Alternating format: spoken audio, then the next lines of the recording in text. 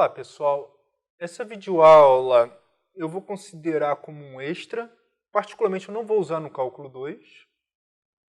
A ideia é basicamente fazer um paralelo bem pequeno com a física, bem pouquinho mesmo, que é a integração de curvas. Para mim, na verdade, integração de curvas veio totalmente da física. Eu não consigo ver, particularmente, um motivo geométrico claro para fazer tal coisa. Ou seja, tem a derivada, integre. Então, a ideia, basicamente, é o seguinte. Eu tenho v, uma função que está no intervalo AB para um Rn, pode pensar para R2, R3, em que para cada t, nós associamos x1 até xn de t. Definimos, se a derivação a gente deriva termo a termo, a gente quer fazer derivada integral ser uma aplicação inversa da outra, no fundo, então a gente tem que integrar termo a termo. Então, você pensa, se a velocidade tive que derivar, para achar a posição eu tenho que integrar. E é assim que tem que ser feita a operação. Então, só para fazer um paralelo rápido com o cálculo 1, é o seguinte. Vamos supor que temos uma função de posição t indo para s de t. E a gente tem que a velocidade, por definição, é a derivada de s. Tá? Se fosse eu ter que ser derivável, está tudo entre as hipóteses boas. Então, s' de t, ou a notação de Leibniz, ds dt.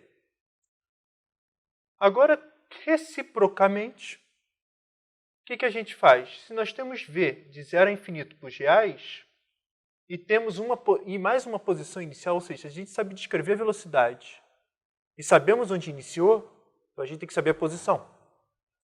E o que nós temos é que o s de t, no fundo, vai ser integral, mas s de 0, posição inicial, ou seja, s de t menos s de 0 é igual a integral, porque s vai ser uma primitiva de v, é o teorema fundamental do cálculo, mas essencialmente é a antiderivada de v, e a gente ajusta a constante c para que tenha o s de 0 igual a s0. Repara que a integral de 0 até 0 é 0, por isso que aqui é o s0. Então, s de t igual a s0 mais integral de 0 até t. E aqui eu vou fazer uma implicância que eu tenho natural. Se você está falando que o t, se você está usando aqui a letra t, aqui você não pode usar a letra t.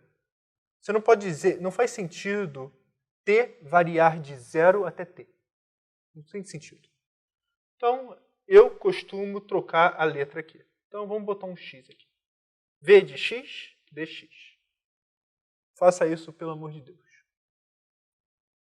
Tá, e agora o que isso tem a ver com o cálculo 2, várias variáveis? No fundo, a gente vai generalizar essa fórmula aqui. Então, eu tenho uma função de 0 a infinito para R3, em que para cada t eu dou a posição no espaço da minha partícula.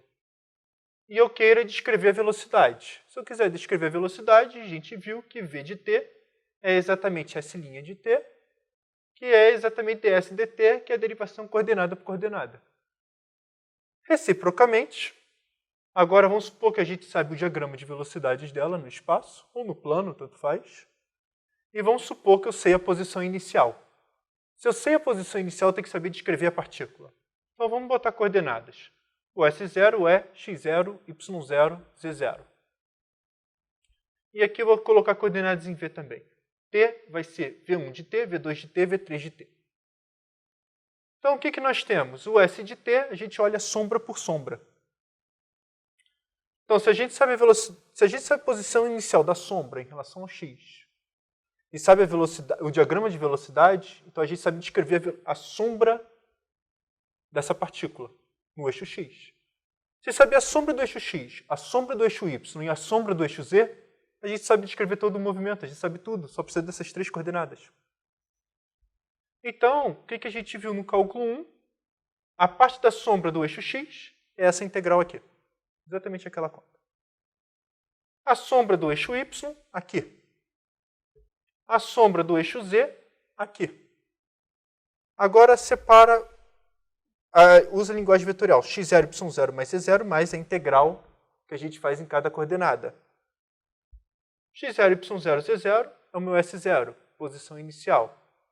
Mais Agora isso aqui, integral de 0 até t, pela definição lá no início, v de x dx. Seria v de t dt, muita gente, mas eu odeio fazer t variar de 0 até t.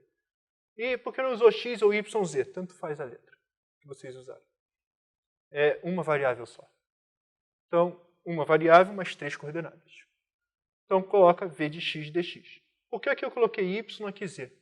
Tanto faz. Você pode dar x, x, x, a, b, c. A letra não é importante. A única coisa que eu tenho de implicância é botar t aqui, t aqui. Isso vai ser aos poucos entendido quando a gente ter necessidade de derivar. Aí começa a complicar um pouquinho mais cada vez que a notação vai.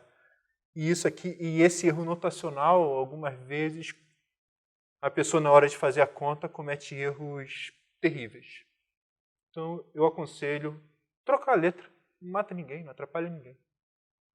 É isso. Então é isso, gente. Eu espero que tenham gostado dessa videoaula. Até a próxima. Não esqueça de curtir ou comentar para me dar um feedback.